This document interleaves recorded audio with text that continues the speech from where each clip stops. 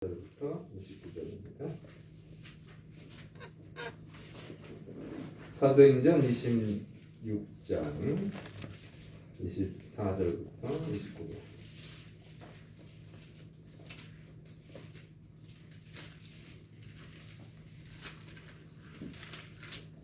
바울이 이같이 변명하매 베스도가 크게 소리내어 이르되 바울아 내가 미쳤도다. 내 많은 학문이 너를 미치게 한다 하니 바울이 이르되 베스도 각하여 내가 미친 것이 아니요 참되고 온전한 말을 하나이다.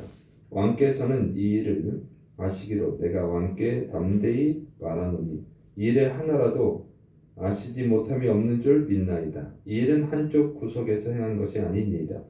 아그리빠 왕이여 선지자를 믿으시나이까? 믿으시는 줄 아나이다. 아그리빠가 바울에게 이르되 내가 적은 말로 나를 권하여 그리스도인이 되게 하려 하는도다. 바울이 이르되 말이 적으나 많으나 당신뿐만 아니라 오늘 내 말을 듣는 모든 사람도 다 이렇게 결박된 것 외에는 나와 같이 되기를 하나님께 원하나이다 하니라. 아멘. 기도하겠습니다. 하나님, 오늘도 주의 전으로 인도하여 주시니 감사드립니다. 생명의 말씀을 듣고 오늘도 말씀 안에서 주님 기뻐하시는 삶을 사시도록 도와주옵소서. 예수님의 이름으로 기도드립니다. 아멘.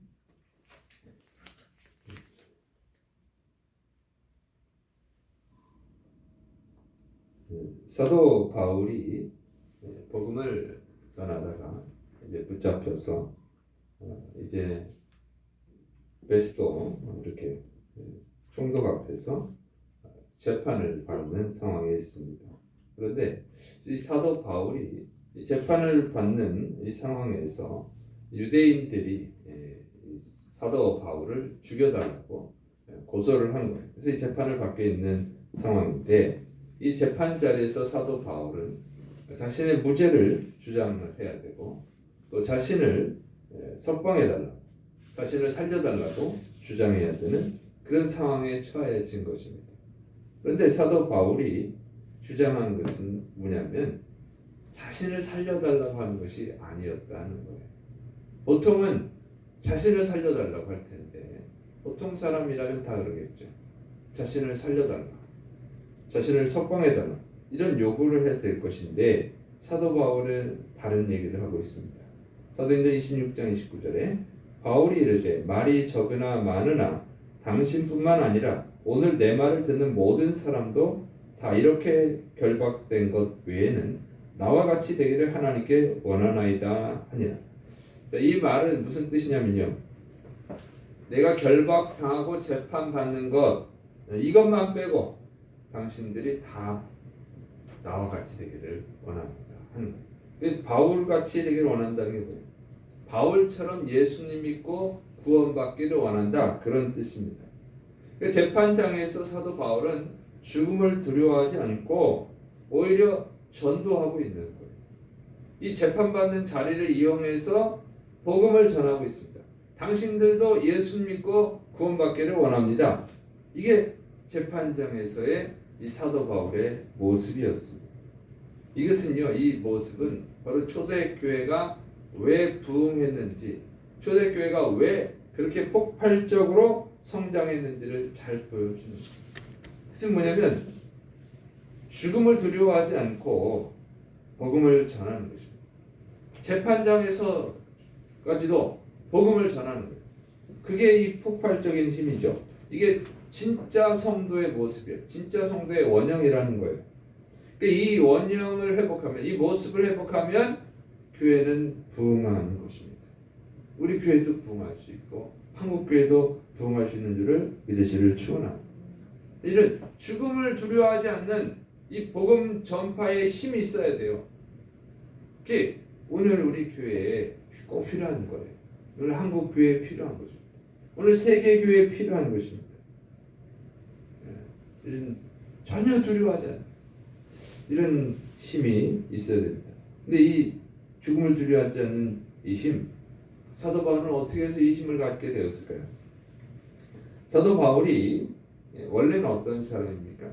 사도 바울은 이렇게 말합니다. 사도행전 26장 9절부터 10절 나도 나사렛 예수님의 이름을 대적하여 많은 일을 행하여야 될 줄 스스로 생각하고 예루살렘에서 이런 일을 행하여 대제사장들에게서 고난을 받아가지고 많은 성도를 옥에 가두며 또 죽일 때에 내가 찬송 투표를 하였고 이렇게 말하고 있습니다.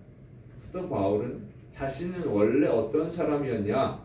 예수님 믿는 사람을 핍박하는 사람이었다 이렇게 말하는 거예요. 핍박하는 사람이 어떻게 이렇게 죽음을 두려워하지 않고 복음을 전하는 사람이 됐습니까? 사도행전 26장 14절 15절에 나오죠. 우리가 다 땅에 엎드러지매 내가 소리를 들으니 히브리 말로 이르되 사울아 사울아 내가 어찌하여 나를 박해하느냐 가시체를 뒷발질하기가 내게 고생이니라. 내가 대답하되 주님 누구시니까? 주께서 이르시되 나는 내가 박해하는 예수님이라. 바울이 예수님 믿는 자를 핍박하던 그 바울이 예수님을 믿으라고 전도하는 전도자로 된 이유, 그리고 죽음을 두려워하지 않고 복음을 전하게 된 이유가 어디 있냐? 그 바로 여기 있다는 거예요. 부활하신 예수님을 만났다는 거예요. 자기가 부활이라는 게 말이 되냐? 그건 죽은 사람이 어떻게 살아나냐? 말도 안 되는 거짓말이다 하고 부활을 주장하는 성도들을 핍박하고 죽이는 일에 앞장섰는데, 그러다가 부활하신 예수를 자기가 직접 만난 거예요. 직접 만났는데 어떻게 더 이상 부인할 수가 있겠냐 하는 거죠. 그래서 그때부터 복음을 전하는 자가 된 거예요. 그러니까 이 죽음을 두려워하지 않고 복음을 전하는 힘은 어디서 나오는 거냐면 부활의 예수님을 만난 다음에 나오는 거예요. 부활의 예수님을 만나니까 더 이상 두려워하지 않고 복음을 전하는 자가 된 것입니다. 그래서 사도 바울뿐만 아니라 다른 사도들, 다른 성도들도 다 마찬가지예요. 베드로, 요한, 도마 이런 제자들이 예수님이 십자가를 질 때 다 도망갔습니다. 그런데 부활의 예수님을 만난 다음에는 죽음을 두려워하지 않고 복음을 전하는 자가 됐어요. 변화됐어요. 부활의 예수님을 만난 사람들은요 죽음을 두려워하지 않습니다. 스데반 집사님이 돌에 맞아 순교했는데도 부활의 주님을 증거하는 것을 중단하지 않았어요. 부활하신 예수님을 봤으니까, 만났으니까. 부활의 주님을 만난 것이 바로 전도의 힘인 것이에요. 오늘날 성도들이 전도하지 못한 이유가 어디 있냐? 오늘 한국교회가 전도하지 못하는 이유가 어디 있냐? 다른 것이 아니에요. 부활의 예수님을 만나지 못해서, 체험이 없어서 그런 거예요. 이 기독교 신앙은 보이지 않는 하나님을 믿는 거예요. 보이지 않는 예수님을 믿는 거예요. 그러면 어떻게 그 힘이 나옵니까? 체험을 통해서 나오는 거예요. 이론과 지식이 아니라 이론과 지식을 바탕으로 한 체험이에요. 체험. 성경 말씀을 근거한 체험을 통해서만 이 진짜 신앙이 나오는 거예요. 천국에 대한 믿음, 지옥에 대한 믿음, 부활에 대한 믿음, 이 믿음이 나와서 담대하게 복음을 전하는 것입니다. 그럼 체험이 없으면 어떻게 돼요? 이론과 지식에는 한계가 있는 거예요. 그래서 연약해지는 거예요. 두려워하는 것이 많은 거죠. 그래서 여러분 정말 부활의 주님을 만나시를 축원합니다. 이건 반드시 만나야 되는 거예요. 아무리 설명해도 할 수가 없어. 이거는 본인이 체험해야 돼. 그럴 때 진짜 신앙인이 되는 것입니다. 자, 그런데 그럼 어떻게 만납니까? 잠언 8장 17절에 이렇게 말씀합니다. 나를 사랑하는 자들이 나의 사랑을 입으며 나를 간절히 찾는 자가 나를 만날 것이니. 주님을 찾아야 만나는 거예요. 주님을 찾지 않으면 만날 수가 없어요. 바울은 어떻게 만났어요? 바울은 뭐 하는 사람이라고 했어요? 원래 바울의 이름 원래 사울이었잖아요. 사울의 이름을 쓸 때는 예수 믿는 사람을 핍박하는 데 앞장섰어요. 기독교의 첫 번째 순교자 스데반 집사님을 죽이는 그 자리에 그 사람이 책임자였어요. 아마도 사울이 먼저 돌을 던졌을 것입니다. 어쨌든 이렇게 핍박하는 자였어요. 그런데 이 사울이 다메섹에 가서 다메섹에 있는 성도들을 핍박하러 다메섹으로 가다가 다메섹 근처에서 부활의 주님을 만났단 말이죠. 근데 부활의 주님을 어떻게 만났어요? 디모데전서 1장 12절 나를 능하게 하신 그리스도 예수님 우리 주께 내가 감사함은 나를 충성되이 여겨 내게 직분을 맡기심이니 내가 전에는 비방자요 박해자요 폭행자였으나 도리어 국류를 입은 것은 내가 믿지 아니할 때에 알지 못하고 행하였습니다. 근데 바울이 예수님을 믿기 전에 핍박자였었던 이유를 말하는 거예요. 그것은 몰랐기 때문이다. 예수님을 몰랐기 때문에 핍박을 했던 거라는 거죠. 그런데 예수님께서 왜 만나주시냐? 바울을 예수님 만나주신 거 뭐냐면 충성되이 여겼다. 바울을 충성된 자로 여겼다는 거예요. 무슨 충성이냐면 바울은 예수님을 믿지 않았기 때문에 예수님의 부활을 믿지 않았기 때문에 이상한 소리 한다. 말도 안 되는 소리 한다.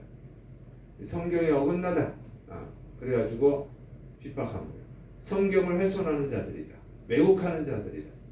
그런 열심을 가지고 핍박을 한 것입니다. 그 모습이 충성되다는 거예요. 하나님 말씀대로 살려고 성경의 진리를 지키려고 충성한 그 모습이 마음에 든 거예요. 예수를 믿지 않은 것은 안 됐지만 그래서 하나님 뜻에 어긋나지만 그건 몰라서 그랬을 뿐이고 이 성경 진리대로 살아가려고 했던 사람인 거죠. 그 사도 바울은 열심히 하나님을 찾은 사람인 것입니다. 또 한편으로는 이런 거예요. 사도 바울은 그 핍박하는 동시에 어떤 마음이 있었냐면 진짜일까? 부활이 진짜일까? 이런 고민을 한 거예요. 스데반 집사님이 돌에 맞으며 죽으면서도 주님을 부인하지 않는 그 모습을 보면서 저들이 목숨을 바치면서 예수를 믿는 이유는 무엇일까? 저들이 말하는 예수님이 진짜 구원자일까? 그거를 연구한 거예요. 찾은 거예요. 진리가 무엇인지를 찾은 것이죠. 간절히 찾은 것입니다. 그래서 예수님이 사도행전 26장 14절 15절 이렇게 말씀하는 거예요. 우리가 다 땅에 엎드러지며 내가 소리를 들으니 히브리 말로 이르되 사울아 사울아 내가 어찌하여 나를 박해하느냐 가시체를 뒷발질하기가 내게 고생이니라. 내가 대답하되 주님 누구시니까? 주께서 이르시되 나는 내가 박해하는 예수님이라. 사도 바울이 그렇게 핍박하고 다니는 것이 마치 가시체를 뒷발질하는 것 같다는 거예요. 그런 고생을 하는 거예요. 바울은 그냥 단순히 핍박만 한 것이 아니라 그 예수님이라는 분이 진짜 메시아일까? 진짜 부활했을까? 그래 간절히 찾아본 거예요. 연구한 거예요.